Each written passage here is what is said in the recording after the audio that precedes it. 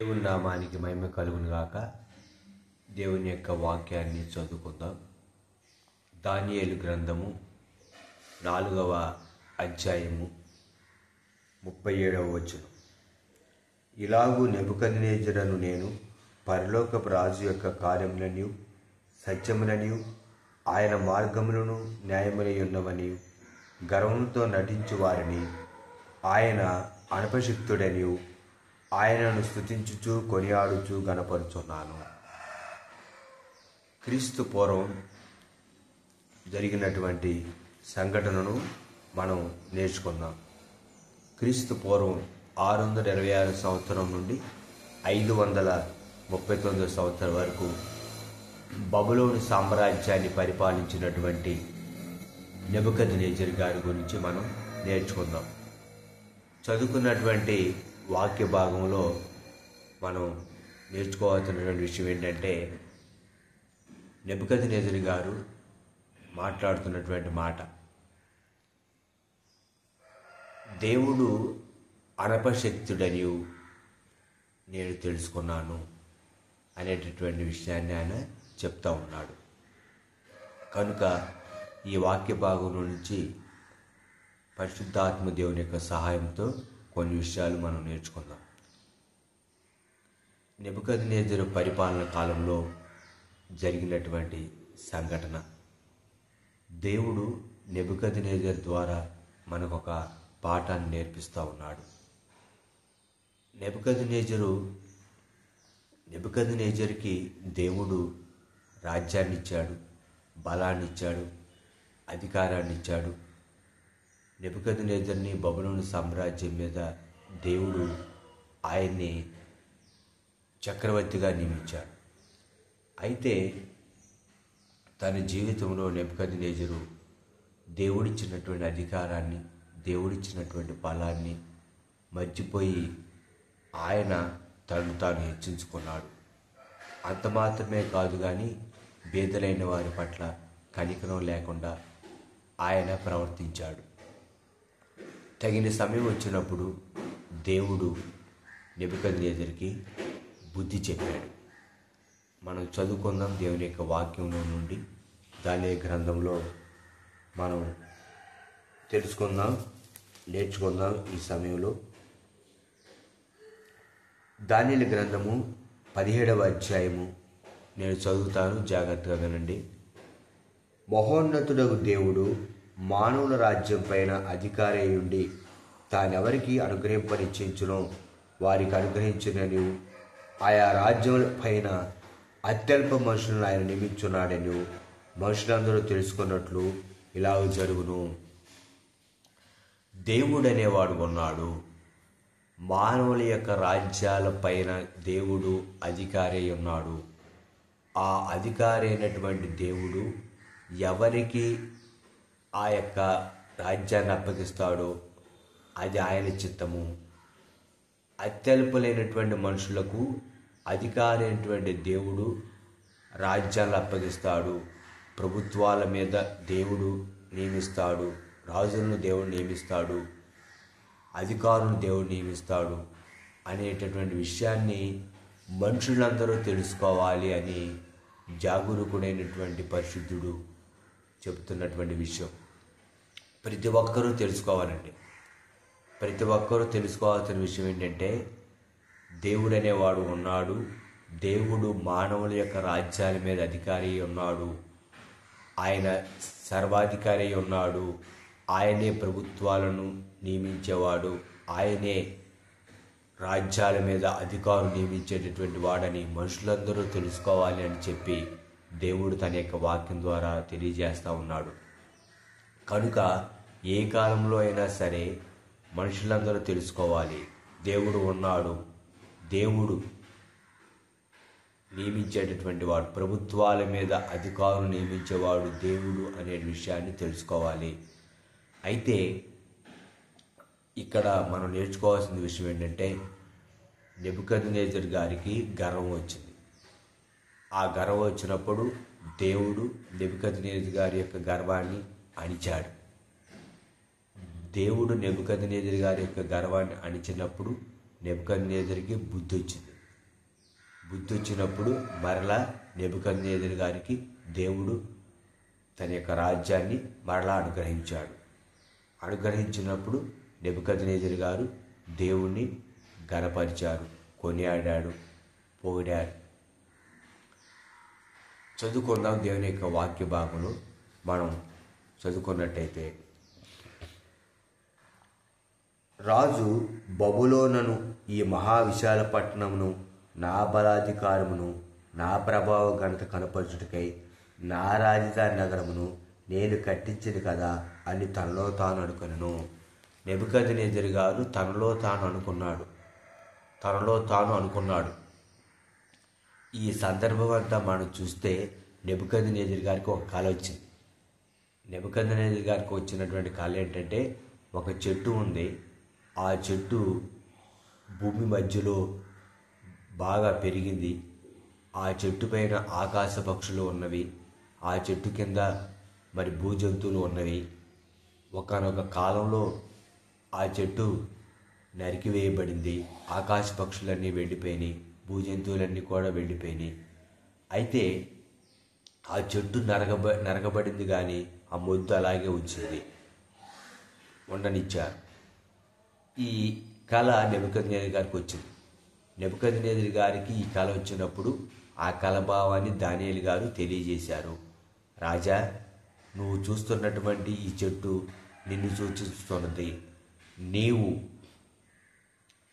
నీవు మనుషుల మధ్యలో నుండి తరిమివేయబడి 7 సంవత్సరాలు అరణ్యములో ఉండి పశువులాగా గడ్డి తింటూ, నీ యొక్క చేతిపైనటువంటి వేళ్ళు అవి పక్షిలాగా పెరుగుతాయి, ఆకాశం మంచుకు నువ్వు తడుస్తావు. మరలా నీకు బుద్ధి వచ్చినప్పుడు నీ యొక్క రాజ్యం మరలా నీకు వస్తుందని దానియేలు గారు వివరంగా నెబుకద్నెజరు గారికి చెప్పారు. మనం చదువుకున్నటువంటి వాక్య భాగంలో ఎప్పుడైతే నెబుకద్నెజరు గారు నా బలాధికారం, నా రాజ్యం నేను కట్టాను, నా రాజధాని అని తనలో తాను నేను నేను నేను అని అనుకున్నాడు, వెంటనే ఆయన తన యొక్క రాజ్యం నుంచి తరిమేయబడినట్టు మనం చూసాం. నెబుకద్నెజరు గారికి కళ వచ్చిన సంవత్సరానికి నెబుకద్నెజరు గారు తన యొక్క బబులోను సామ్రాజ్యం అనేటటువంటి పట్టణంలో నుండి ఆయన తరిమివేయబడ్డాడు. ఈ వాక్యంలో నుంచి మనం చాలా విషయాలు నేర్చుకోవచ్చండి. మొట్టమొదటిగా మనం నేర్చుకోవాల్సిన విషయం ఏంటంటే, మానవ రాజ్యాల మీద దేవుడు సర్వాధికారి అని మనం తెలుసుకోవాలి. ఎవరు తెలుసుకోవాలి? మనుషులందరూ తెలుసుకోవాలి మానవ రాజ్యాల మీద దేవుడు సర్వాధికారి అని. రెండోదిగా మనం తెలుసుకోవాల్సిన విషయం ఏంటంటే, అహంకారుని ఎదిరించి దీనులకు కృప చూపించును అని దేవుని యొక్క వాక్యంలో రాయబడి ఉంది. కనుక అహంకారంతో ఉన్నటువంటి వారిని ఎవరినైనా సరే దేవుడు అణుస్తాడు. అది నెబుకద్నెజరు గారి జీవితంలో మనం చూసాము. నెబుకద్నెజరు గారు గర్వించినప్పుడు నెబుకద్నెజరు గారికి గర్వాన్ని దేవుడు అణిచాడు. నెబుకద్నెజరుకు దేవుడు బుద్ధి వచ్చేటట్టు చేశాడు. కనుక ఎవరినైనా సరే దేవుడు అణుస్తాడు, బుద్ధి వచ్చేలాగా చేస్తాడు. బబులోను సామ్రాజ్యాన్ని పరిపాలించే నెబుకద్నెజరు గారు ఆయన మరి తన యొక్క అంతఃపురంలో ఉండి, తన రాజ్యంలో ఉండి సుఖభోగాలు అనుభవించినటువంటి వాడు గర్వంతో ఉన్నప్పుడు అరణ్యంలోకి వెళ్ళి గడ్డి మేశాడు. దేవుడు ఎవరినైనా అణిచగలిగే శక్తి కలిగిన వాడు అహంకారంతో ఉన్నప్పుడు. అహంకారం అనేది పనికిరాదండి. ఎవరికైనా సరే అహంకారం పనికిరాదు. అహంకారంతో దేవుడు అణుస్తాడు. తగిన సమయం వచ్చినప్పుడు దేవుడు అణుస్తాడు. చాలామంది చూడండి, ఈరోజు సంఘాల్లో కూడా నా సంఘం అంటూ ఉంటారు. నా సంఘం నేను కట్టాను, మీరెవరు మాట్లాడటానికి, మీరెవరు చెప్పటానికి అని. సంఘం దేవుడిది. దేవుడు తన స్వరక్తమిచ్చి సంపాదించిన తన సంఘమును కాయటకు పరిశుద్ధాత్ముడు మిమ్మల్ని కాపరులుగాను, సువార్థికులుగాను, ఉపదేశకులుగాను, బోధకులుగాను నియమించాడు. సంఘము దేవుడిది, మంద కాదు సంఘం. చాలామంది చూడండి, విశ్వాసులు కూడా నేను పాట పాడినట్టు ఎవరు పాట పాడలేరు, చాలామంది దైవజనులు చూడండి, నేను వాక్యం చెప్పినట్టు ఎవరు వాక్యం చెప్పలేరు, నేను సేవ చేసినట్టు ఎవరు సేవ చేయలేరు అని గర్వంతో ఉంటారండి. దేవుడు ఇచ్చాడు మనకి, దాన్ని మనం కాపాడుకోవాలి, దాన్ని నిలబెట్టుకోవాలి, గర్వంతో ఉండకూడదు. ఎంతోమంది దైవజనులైనటువంటి వారు గర్వంతో నడిచినప్పుడు భ్రష్టులైపోయారు. మన కాలంలోనే మన కన్నులారే మనం చూసామండి. తేజో నక్షత్రమా వేకు చుక్క ఆకాశంకి ఎక్కిపోదు అన్నట్టు చాలామంది ఒక ఉన్నతమైనటువంటి స్థానంలోకి వెళ్ళినటువంటి వారు నేను భ్రష్టులైపోయారు, అవమానించబడతా ఉన్నారు సమాజంలో, ప్రజల ముందు.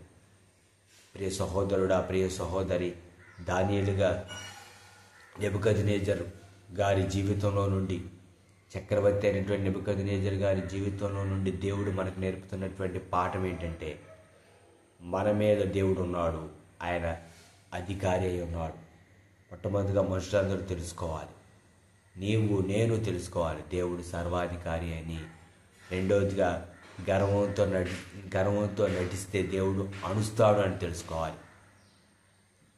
నెబుకద్నెజరు గారిని దేవుడు అణిచాడు, నెబుకద్నెజరు గారు గడ్డి మేశారు. మూడవదిగా మనం తెలుసుకోవాల్సింది ఏమిటంటే, నెబుకద్నెజరు గారు అణిచిన దేవుడు నిన్ను అణుస్తాడు.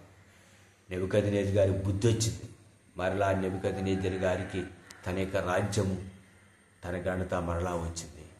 ఈనాడు అనేకులకు బుద్ధి రావట్లేదు, ఇంకా అలాగే జీవిస్తూ ఉన్నారు.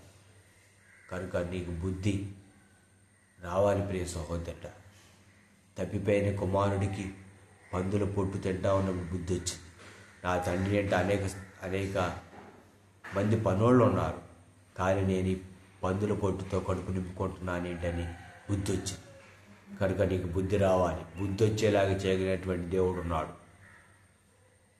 మనం చూస్తే దేవుని యొక్క వాక్యంలో 4వ అధ్యాయము, దేవుని వాక్యం దానియేలు గ్రంథం 4వ అధ్యాయం 36వ వచనంలో, ఆ సమయమందు నా బుద్ధి మరలా నాకు వచ్చెను, రాజ్య సంబంధమగు ప్రభావమును నా ఘనతయు నా తేజస్సును నా కలిగను, నా మంత్రులను నా కింద అధిపతులను నా యొద్ద ఆలోచన చేయవచ్చరి, నా రాజ్యం నాకు స్థిరపడగా నేను మరీ ఎక్కువ ఘనత నుండి తిని. బుద్ధి వచ్చింది నెబుకద్నెజరు గారికి, బుద్ధి వచ్చింది. నెబుకద్నెజరు గారి యొక్క రాజ్యం మరలా వచ్చింది. నెబుకద్నెజరు గారి యొక్క ఘనత ఎక్కువైంది. నెబుకద్నెజరు గారి యొక్క ఘనత ఎక్కువైంది. అయితే నెబుకద్నెజరు గారు నేర్చుకున్నటువంటి విషయం ఏంటో తెలుసా? తన జీవితంలో నెబుకద్నెజరు గారు తెలుసుకున్నటువంటి విషయం, చక్రవర్తి అయినటువంటి నెబుకద్నెజరు గారు నేర్చుకున్న విషయం ఏంటంటే, నేను చదువుతాను, జాగ్రత్తగా వినండి మన యొక్క లేఖన భాగం. ఇలాగు నెబుకద్నెజరుకు నేను పరలోక రాజ్య యొక్క కార్యములను సత్యములను ఆయన మార్గంలో న్యాయములై ఉన్నవని గర్వంతో నటించు వారిని ఆయన అనపశక్తుడని ఆయనను స్తుతించుచు కొనియాడుచు గణపరుచుచున్నాను. నీ నా జీవితంలో మనం చేయవలసింది ఏంటంటే, మొట్టమొదటిగా దేవుణ్ణి మనం ఏం చేయాలంటే స్తుతించాలి, దేవుణ్ణి స్తుతించాలి. ఎప్పుడు మనం దేవుని స్తుతించాలి, అంతేగాని నా డబ్బులు, నా ఇష్టం, నేను సంపాదించా అని అనకూడదండి. దేవుడు మనల్ని ప్రేమించిన డబ్బులు, దేవుడిని మనల్ని ప్రేమించిన కుటుంబం, దేవుడు మనల్ని ప్రేమించినటువంటి ఏదైనా సరే దేవుడు మనల్ని ప్రేమించాడు. కనుక దాన్ని మనం నిలబెట్టుకోవాలి. నిలబెట్టుకోకపోతే దేవుడు లెక్క అడుగుతాడు. నిలబెట్టుకోకపోతే దాని విషయంలో బుద్ధి వచ్చేలాగా దేవుడు చేస్తాడు. ఎందుకంటే మానవుల రాజ్యాల మీద దేవుడు సర్వాధికారి ఉండి ఆయన అత్యల్ప మనుషులు నియమించుతున్నాడు. దాన్ని నిలబెట్టుకోవాల్సిన బాధ్యత మన మీద ఉంది. ఇక్కడ నెబుకద్నెజరు గారు దేవుడు స్తుతించారు, నెబుకద్నెజరు గారు దేవుని కొనియాడాడు, నెబుకద్నెజరు గారు దేవుణ్ణి ఘనపరిచారు. నీవు నేను చేయవలసిన పని ఏంటంటే, ప్రియ సహోదరుడి, ప్రియ సహోదరి, ప్రియ విశ్వాసి, ప్రియ సేవక, దేవుణ్ణి స్తుతించి, దేవుణ్ణి ఘనపరిచి, దేవుణ్ణి కొనియాడాలి. ప్రభువా నువ్వు ఇచ్చిన సేవ అందుని బట్టి నీకు స్తోత్రం. ప్రభువా నువ్వు ఇచ్చిన తలంతో అందుని బట్టి నీకు స్తోత్రం. నీవు వాడుకుంటున్నావు అందుని బట్టి నీకు స్తోత్రం. నీవు పాట నేర్పించావు అందుని బట్టి నీకు స్తోత్రం. ప్రభు పాట పాడే కృపని ఇచ్చావు, అందుని బట్టి నీకు స్తోత్రం అనుకోవాలి. కానీ నా సంఘం, నా ఇష్టం, నేను అని ఉంటే నిన్ను అణచగలిగిన శక్తి ఆకాశం ముందున్నటువంటి దేవుడికి ఉంది. ఎందుకంటే ఆయన సర్వాధికారి ఉన్నాడు, ఆయన అధికారి ఉన్నాడండి. ఆయన అధికారానికి మనం లోబడాలి. కనుక జరిగినటువంటి సంఘటనలో నుండి, చరిత్రలో నుంచి మనం నేర్చుకోవాల్సిన విషయం ఏంటంటే, దేవుడు అధికారి, దేవుడికి మనం లోబడి ఉండాలి. దేవుడిని స్తుతించి ఘనపరిచి కొనియాడాలి. మనం గర్వంతో ఉంటే ఆ గర్వంతో మనల్ని దేవుడు అణుస్తాడు, మనకి బుద్ధి వచ్చేలాగా దేవుడు చేస్తాడు అనేటటువంటి సత్యాన్ని ఈ లేఖనం ద్వారా మనం నేర్చుకుందాం. దేవుడు అట్టి కృప మన జీవితాన్ని అనుగ్రహించి మనం గర్వంతో ఉండకుండా ఘనతకు ముందు వినయం ఉండును అన్నట్టు వినయంతో ఉందాం. దేవుని వాక్యం ప్రకారం జీవిద్దాం. దేవుడి కొరకు, ఆయన నామ మహిమ కొరకు జీవిద్దాం. ఇటు మాటలు ప్రభు దీవించి ఆస్వాదించి మనలో మార్పు కలిగించి మన హృదయంలో వాక్యాన్ని భద్రపరచుటకు ప్రభు కృప అనుగ్రహించును గాక. ఆమేన్. మరిన్ని ఆత్మీయ పాటల కొరకు, మరిన్ని ఆత్మీయ సందేశాల కొరకు మా యొక్క YouTube channel most high fellowship YouTube ఛానల్ను సబ్స్క్రైబ్ చేసుకోండి. నా యొక్క ఫోన్ నెంబర్ 8639262647. ఇట్లు ప్రభు పరిచర్యలో మీ సహోదరుడు ఆర్ డానియేల్.